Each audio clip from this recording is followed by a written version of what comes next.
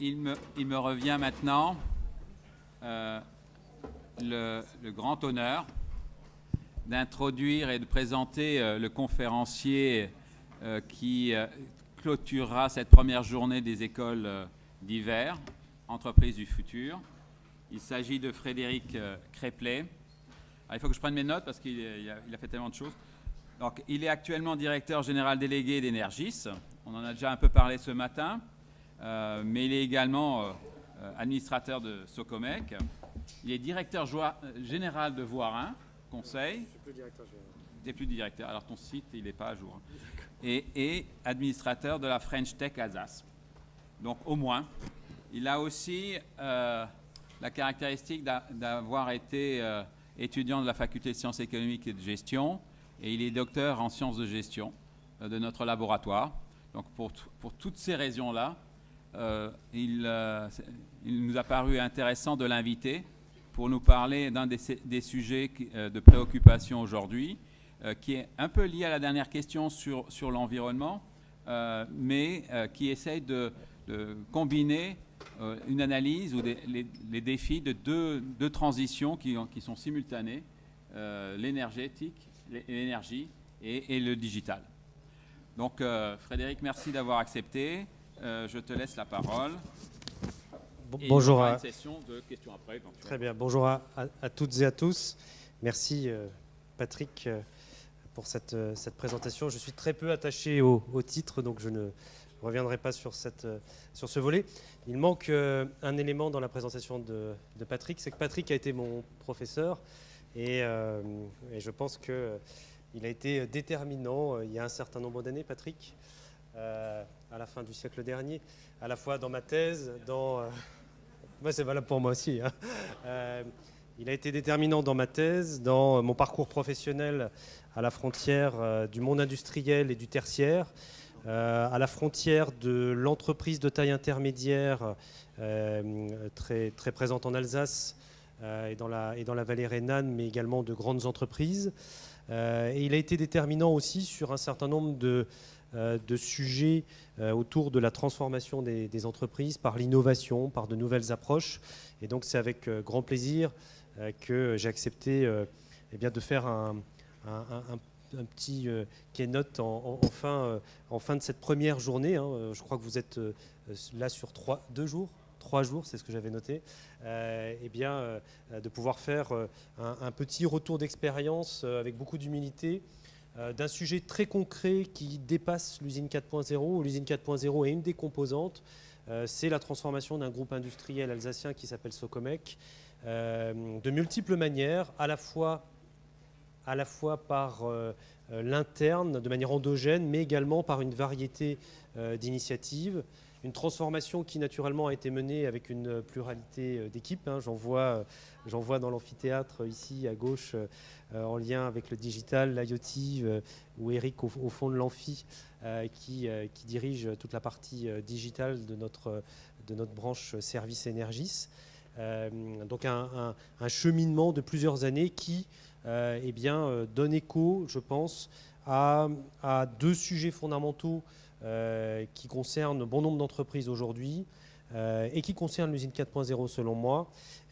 Non seulement la nouvelle ère énergétique dans laquelle nous sommes rentrés, et d'autre part la transformation digitale qui secoue les entreprises, bon nombre d'entreprises depuis maintenant une petite dizaine d'années, même si certaines d'entre elles n'en ont pris conscience, je pense, que depuis 3 ou 4 ans. Alors, qui je suis ? Ah, ça ne marche pas. Ça, on appuie comment ? C'est toujours... Alors, ça va être à l'ancienne. Voilà. Alors, qui je suis, ça a été dit, mais comme je l'indiquais, les titres ne m'intéressent pas tellement. J'ai en effet une origine universitaire auquel je tiens significativement parce que autant en Allemagne, dans un certain nombre de pays anglo-saxons, les PhD ont une part importante de fonctions de direction ou de fonctions, en tout cas de type exécutive. Autant en France, la partie doctorat, comme on peut le nommer ici, est souvent non fléchée par les recruteurs ou par certaines directions des ressources humaines. Donc pour ceux d'entre vous qui souhaitent avoir un parcours professionnel après un doctorat. Il est totalement faisable d'avoir ensuite une carrière dans le secteur privé et d'avoir des postes à responsabilité, voire même d'être entrepreneur. Alors c'est le cas dans bon nombre de structures issues de la recherche appliquée ici à l'université. On peut se lancer dans l'entrepreneuriat. Et donc ce qui a été mon cas, aussi bien dans le consulting, avec une structure qui s'appelle Voirin, et depuis maintenant 5 ans, en étant en effet un des directeurs généraux du groupe Socomec, à la fois en transverse à la holding de tête et également sur une des branches d'activité que l'on a créée il y a maintenant 5 ans, qui s'appelle Energis. Alors, je suis, et c'est pour ça que je faisais référence à Patrick, passionné par la transformation des organisations, pour ne pas dire la théorie des organisations depuis une petite vingtaine d'années, et des changements structurels dans l'économie. 2 sujets m'ont particulièrement passionné depuis ce nouveau siècle, à la fois le digital, avec un point d'orgue, c'est la contribution à l'Institut Montaigne à plusieurs études sur le numérique. Institut Montaigne qui fait régulièrement parler de lui dans la presse. Eh bien, un certain nombre de sujets avant-gardistes avaient été traités dans le cadre de l'Institut, et la transition énergétique, 2 sujets que je vais exposer ce soir par un certain nombre d'exemples qui ont impacté Socomec, entreprise industrielle alsacienne que certains d'entre vous doivent connaître. Socomec étant partenaire, il y a un souci. Étant partenaire également de l'université de longue date. Et donc c'est aussi dans ce cadre que j'ai plaisir à intervenir. Alors, mon propos en 2 temps, je ne vais pas vous parler de sujets très techniques liés à l'usine 4.0. Je n'en suis pas compétent, et même si j'ai eu il y a fort longtemps des pratiques dans le monde industriel pur et dur, dans le manufacturing, je ne suis plus la personne idoine sur ces sujets. Mon propos en 2 temps, c'est réellement de vous parler comment les changements structurels dans l'énergie et dans le digital touchent doublement une ETI alsacienne, réellement industrielle, que je vais présenter dans la diapo suivante, mais qui touche plus globalement toute forme d'entreprise de services et industriels. Merci. Donc un double changement, ce n'est pas que le digital, c'est aussi l'énergie et le mix énergétique. Et comment, au sein de Socomec, nous avons, dans cette ETI industrielle qui a 97 ans cette année, nous avons pris les choses, nous avons tenté de devancer les choses, et je le dis avec beaucoup d'humilité parce que c'est un sujet de chaque instant, comment nous avons cherché à devancer les choses en transformant le groupe. Socomec, c'est une entreprise alsacienne indépendante, 100% familiale. Quelques dirigeants sont associés, mais c'est 100% familial. Pour la branche industrielle, à noter que 7% des collaborateurs sont actionnaires par un système de fonds un peu spécifique. Donc, entreprise totalement indépendante, 97 ans. Suite à des acquisitions aux États-Unis ces derniers mois, on avoisine, juste pour la branche industrielle, 565 millions d'euros de chiffre d'affaires, un peu plus de 3500 collaborateurs, 10 sites de production dans le monde, dont 3 en Alsace. Juste sur Benfeld, c'est 950 emplois.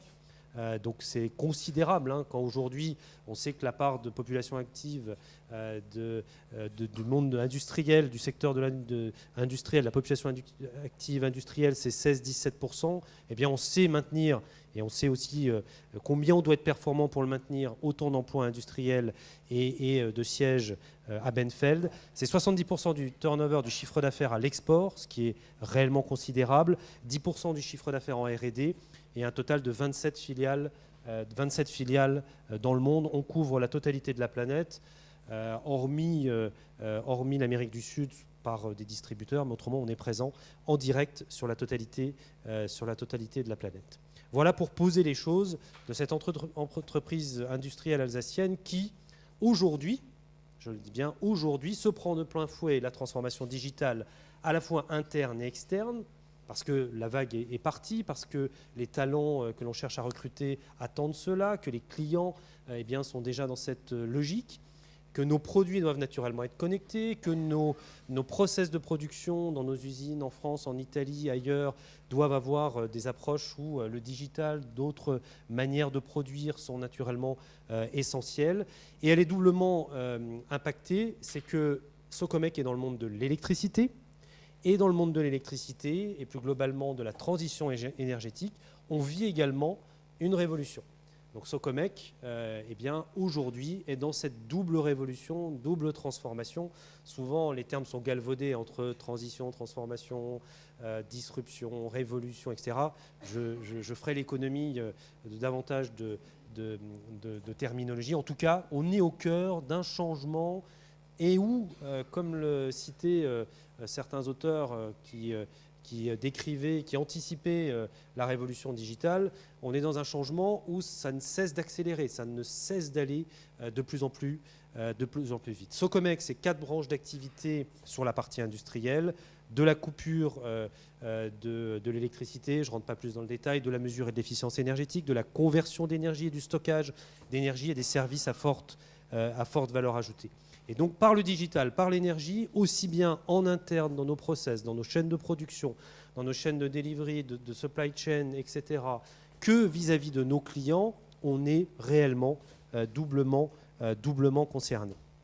Et donc c'est un challenge permanent, de transformer ce groupe industriel, autonome, qui a comme très grand concurrent juste des petites structures comme Schneider, ABB, Siemens, GE, pour ne citer que les plus grands, mais en tout cas c'est les compétiteurs de chaque jour, un challenge pluriel de transformer ce groupe avec cette double révolution qui est en place. Quelques mots sur cette révolution qui est en place.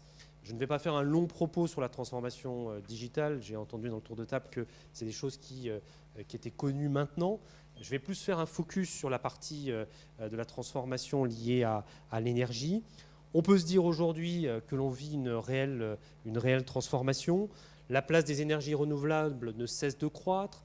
On sait que la production maximale d'énergie à base d'énergie fossile va être en décroissance. On sait que le besoin donc en énergie renouvelable nette va lui ne cesser de croître, qu'on va aller de plus en plus vers des productions d'énergie décentralisées.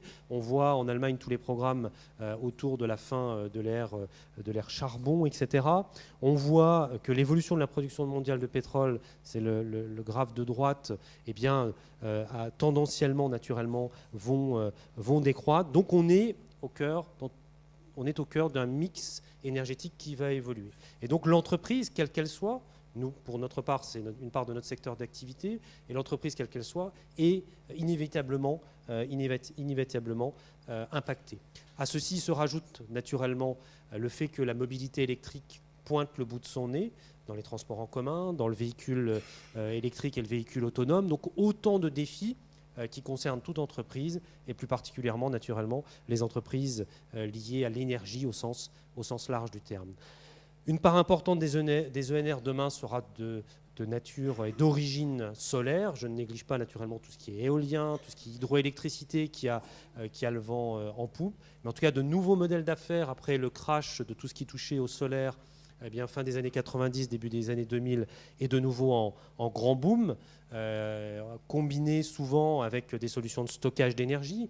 Il ne suffit de voir encore il y a quelques mois la création d'une méga factory de Tesla en Australie, combinant stockage et photovoltaïque, qui doit permettre à la fois de réguler les réseaux électriques et donc la production d'énergie en Australie que la production d'énergie. D'autres formes de production d'énergie existent, et les industriels, eux également, qui ne sont pas du secteur de l'énergie comme nous, peuvent être impactés avec les biogaz, pour ne citer que. Aujourd'hui, de nombreuses entreprises de l'agroalimentaire cherchent de plus en plus à valoriser un certain nombre de leurs rejets, de leurs effluents, de leurs déchets, etc. C'est autant d'éléments de production d'énergie qui bouleversent complètement le mix énergétique. Il est clair qu'en France, avec un tout nucléaire qui nous garantit une autonomie et des coûts d'énergie très très faibles, on peut voir ça avec une certaine distance. En tout cas, cette transformation est en marche, même en France. Il suffit de voir les dernières annonces sur les plans liés au biogaz. Merci.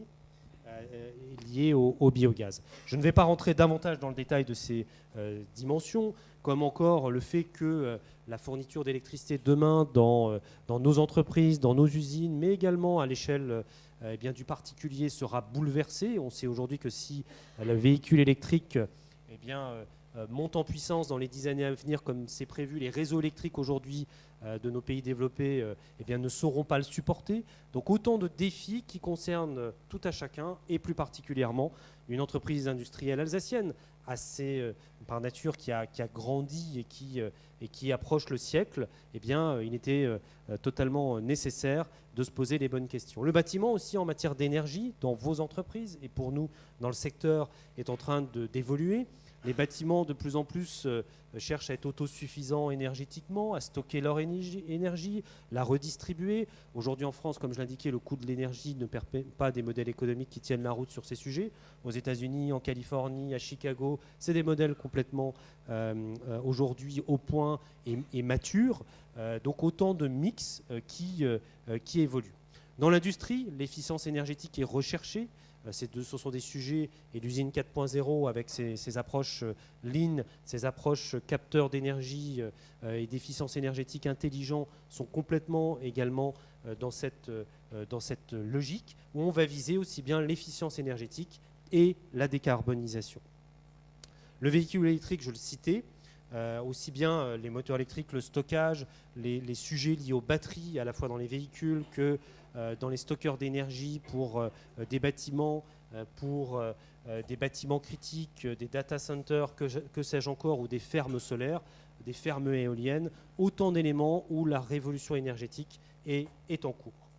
Je n'en dirai pas plus, je retiendrai juste ce slide en synthèse. On est réellement au cours, en tout cas dans vos entreprises, dans nos entreprises, d'une révolution du marché de l'énergie. Et donc ça impacte directement, de près ou de loin, la performance et le coût de l'énergie, où ça impactera, là je parle du cas de la France, le coût de l'énergie dans nos marges. Et nous, en tant qu'entreprise spécialisée de l'électricité et de la transition énergétique, ça nous impacte doublement. C'est que non seulement on doit être performant sur ces sujets, sur nos chaînes et sur nos process, et il était essentiel qu'on fasse évoluer le modèle pour se préparer à de nouvelles catégories d'offres, de nouvelles catégories de produits qui allaient pouvoir être connectés, qui allaient pouvoir proposer de nouveaux services en lien avec cette évolution du marché de l'énergie. En synthèse, 3 drivers à retenir. Une évolution majeure avec de la décarbonisation des productions d'énergie, la décentralisation de cette production et enfin la digitalisation qui concerne à la fois de nombreux secteurs d'activité et qui concerne l'énergie plus particulièrement. Et donc, double défi pour nous au sein de Socomec, transformer en interne tout en transformant en direction des clients et de toutes nos parties prenantes, partenaires, autres grandes structures avec lesquelles nous pouvons avoir des accords, quels qu'ils soient, des accords de partenariat, des accords de co-développement, des accords de livraison de produits en OEM, etc. Donc une double transformation à mener à bien, ou l'usine 4.0, ou un certain nombre de sujets d'efficience permis ou non par l'usine 4.0, sont naturellement centrales, mais pas que. Alors, quelle a été notre conviction et quelle a été notre réponse ? La logique est qu'on n'a pas attendu 2019 ni 2018 pour lancer ces programmes de transformation. La logique a été de dire faire évoluer une structure à l'époque de 3100, 3200 personnes, donc il y a 4 ou 5 ans, pour préparer cette double révolution, on s'est dit qu'il était nécessaire d'être à la fois discriminant et de réussir à lancer des programmes atteignables et en grande majorité en interne. On s'est fait accompagner sur certains sujets, mais on a cherché à être au maximum autonome en interne dans la conduite de ces programmes de transformation et avec une nouveauté pour cette TI alsacienne, avec, si on a peu fait appel à des consultants, et c'est l'ancien, malgré qu'il y avait un ancien consultant dans l'équipe de direction, avec une volonté d'ouvrir, et c'est le premier élément de conviction que je peux citer, avec une volonté d'ouvrir nos frontières internes à l'extérieur, avec des programmes en lien avec des centres de recherche, des universités, des associations variées et d'autres entreprises. Quelle a été notre réponse ? Au-delà d'ouvrir nos frontières internes ou nos ports entre guillemets, de l'ETI industrielle de plus de 90 ans à l'époque, l'autre réponse, ça a été d'engager un certain nombre de choses assez discriminantes, puisque en 2014, nous avons lancé 2 dimensions, dont l'une d'entre elles était déjà initiée 2 ans auparavant, mais qui a pris réellement tout son envol à partir de 2014. Un projet d'entreprise pour la partie industrielle à l'horizon 2020, où je vous donnerai quelques résultats par la suite, et la création d'une nouvelle branche d'activité et d'un fonds d'investissement. Vous retrouvez à l'écran l'organigramme juridique du groupe. J'espère que c'est lisible. Avec, je ne sais pas s'il y a un pointeur, oui, la holding de tête du groupe, Socomec, donc aujourd'hui 3500 personnes. En 2014, on a créé toute pièce une nouvelle branche d'activité autour de la transition énergétique et du digital, à la fois pour devancer de nouveaux services issus de cette double révolution que je citais précédemment, et également pour infuser la branche industrielle avec de nouvelles pratiques, de nouveaux accès aux clients et de nouvelles technos.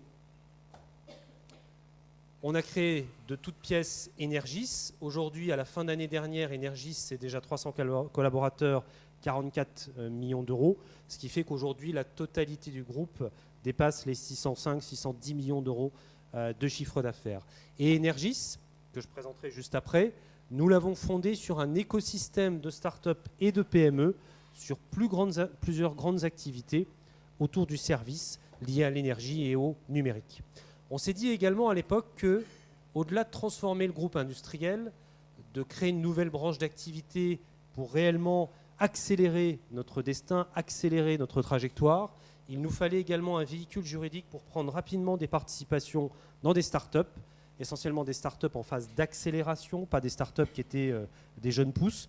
Et donc on s'est doté, il y a 2 ans et demi, d'un fonds d'investissement qui n'a pas pour but de faire de la diversification dans d'autres domaines d'activité, mais d'investir dans nos chaînes d'activité, dans nos chaînes de valeur, l'électricité, la transition énergétique.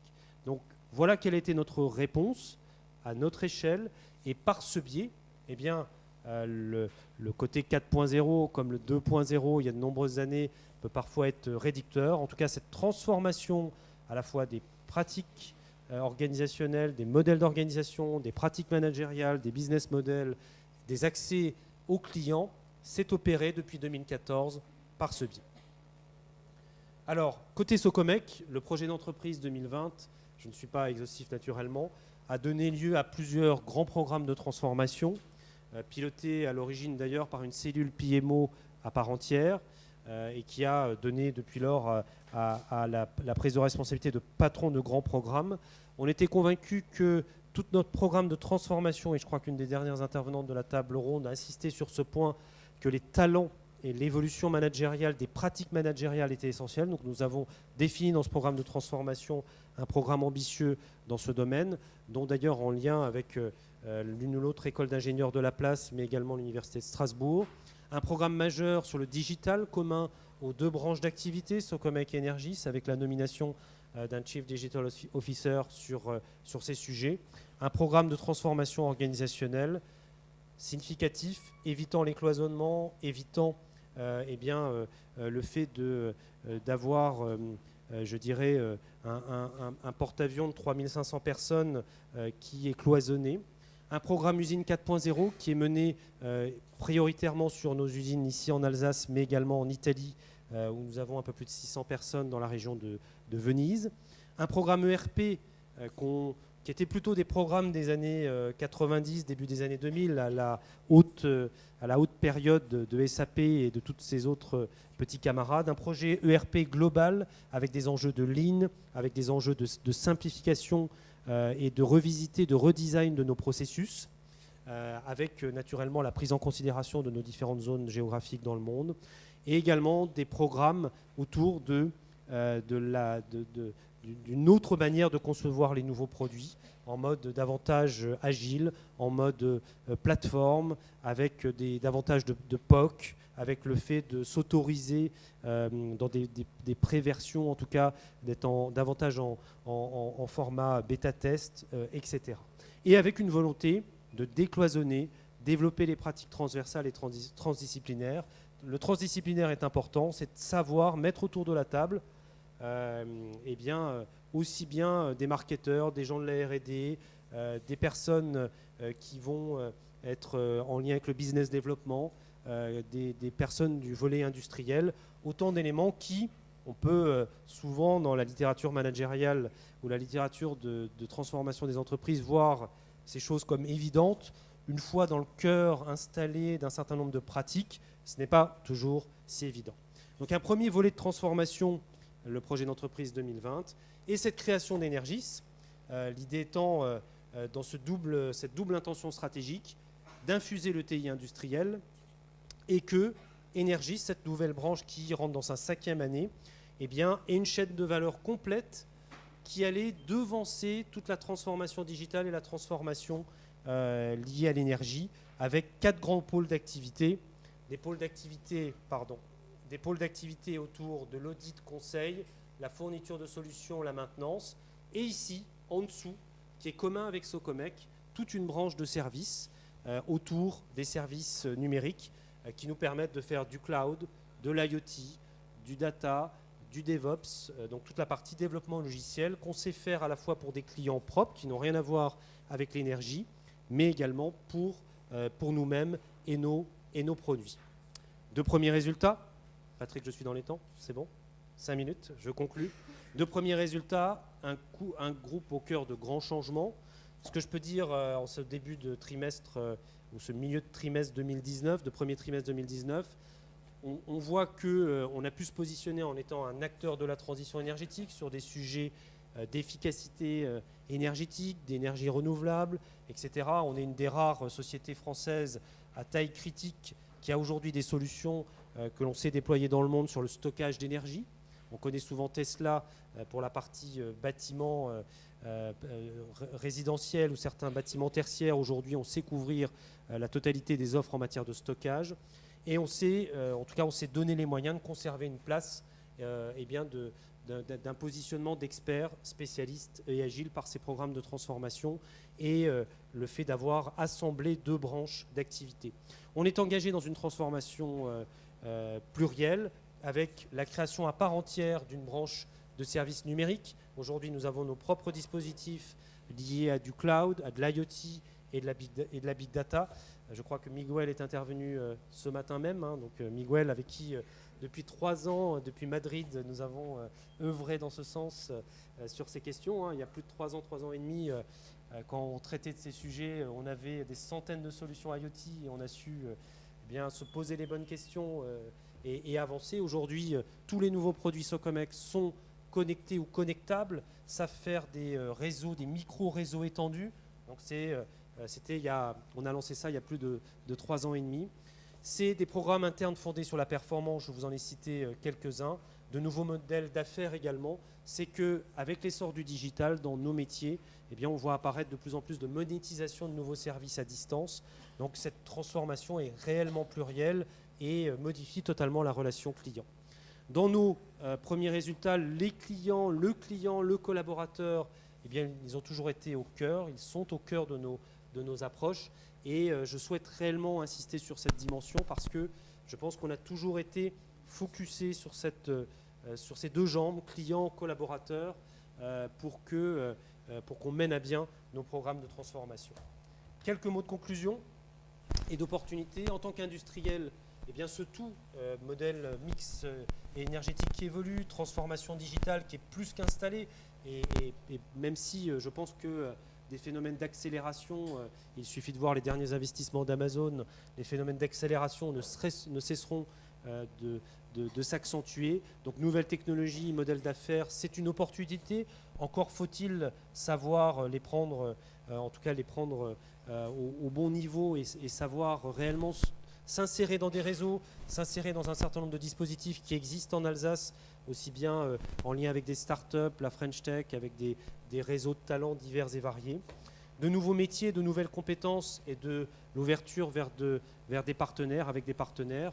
C'est une opportunité également et c'est un des enseignements.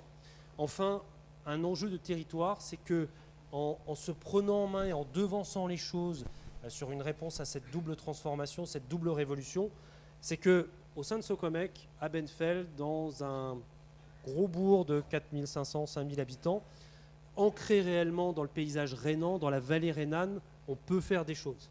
Voilà.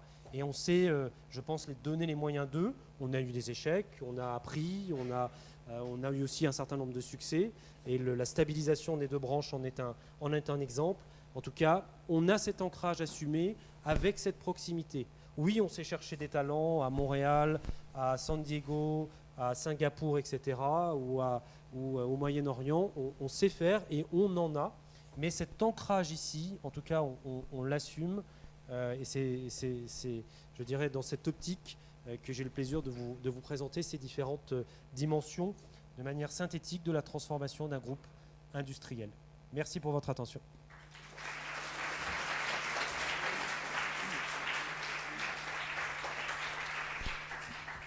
Merci Frédéric.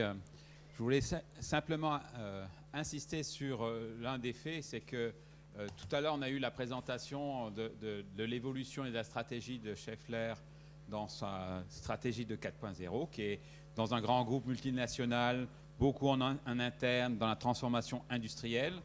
Ce qui me paraissait intéressant dans le cas de Socomec en comparaison, c'est de montrer qu'une entreprise peut réagir à ces défis-là de manière extrêmement différente.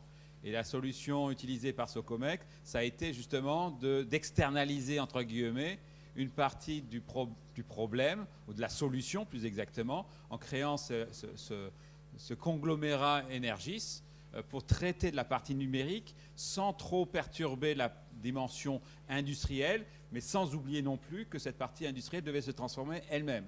Et donc c'est cette solution ambidextre sur deux trajectoires en parallèle qui est une originalité par rapport à ce qu'on peut voir dans d'autres entreprises. Et c'est une bonne illustration que les stratégies d'entreprise du futur, elle n'est pas unique. Un des intervenants disait tout à l'heure qu'il n'y a pas de manuel pour le 4.0, il n'y a pas de solution standard pour le 4.0, pour l'entreprise du futur. Et c'est par rapport aux enjeux de l'environnement. Dans le cas de Socomec, c'est le défi énergétique. Pour celui de Schaeffler, c'est plutôt la mobilité. Par rapport à ces enjeux-là, qui sont spécifiques à chacune des entreprises, la solution et les organisations qui se mettent en place, les formes des entreprises du futur vont être extrêmement variées, avec notamment des structures, quelquefois qui sont très petites, des conglomérats petits, ce qui va faire que dans les emplois ou la nature des emplois que vous aurez demain, ou qui vont être créés demain, la relation et la dynamique de carrière va être extrêmement différente selon la trajectoire et le type d'évolution que les structures et les entreprises emprunteront. Voilà. Je vous propose de remercier d'abord Frédéric encore une fois. Merci.